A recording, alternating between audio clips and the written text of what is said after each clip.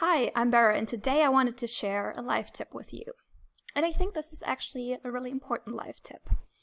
To put it a bit into context, let me share how I really internalized this.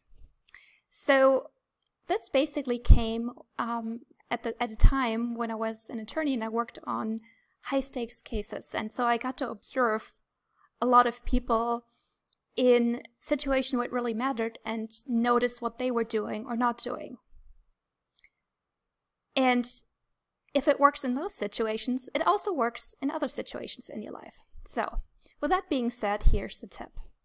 Never send off an important email without having somebody else that you trust double check it. Now let me unpack this a bit. Why is that important? Well, email communication is very different than other forms of communication. For one thing, you don't have all these other ways of, other cues. You know, like if I'm talking, you can look at my tone, at my body language, and that can change how you perceive the message.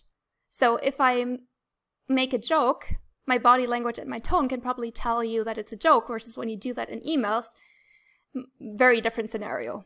Which is also why it might be helpful to never make jokes in emails, at least not in a professional setting, because it's so easy to misunderstand that. Now, the other aspect is that email communication is not synchronized. In other words, I'm sending out an email and I don't know when you read it, I don't know what mood you're in when you read it, and I don't see your reaction. Let's say I'm saying something and you react badly to it. If that happens, I can immediately respond and say, hey, that's not how I meant it. What I meant to say was so and so. When you do that in an email, you don't get a second chance unless, they respond to you. So email communication can very easily get out of hand. So that's why it's important. The other thing I wanted to cover is, well, how to make that work in life, right? Because we can't go around and have somebody double check everything we send out, like, a text to your mom and whatever it is. That's why I said important messages. And it's up to you to define what that means. Generally, I would say if it's something where there's a lot at stake, either emotionally, if it's an important relationship, or if you care about the potential outcome of that email. So, how do you implement this?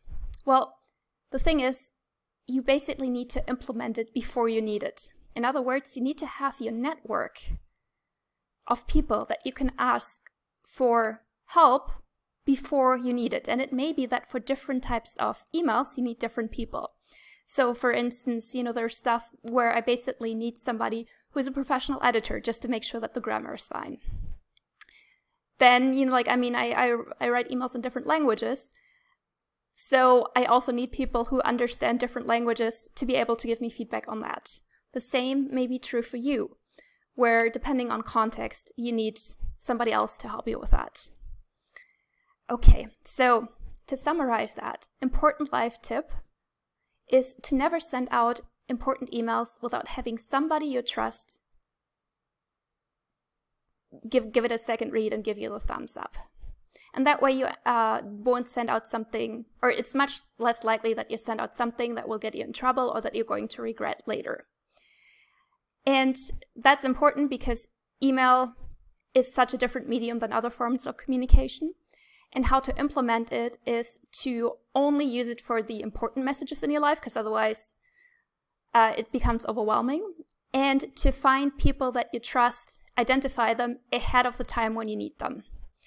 That's it for today. If you want to find out more about my previous life and how I got to where I was, just click on the link that's also underneath the video and you'll hear more about my story.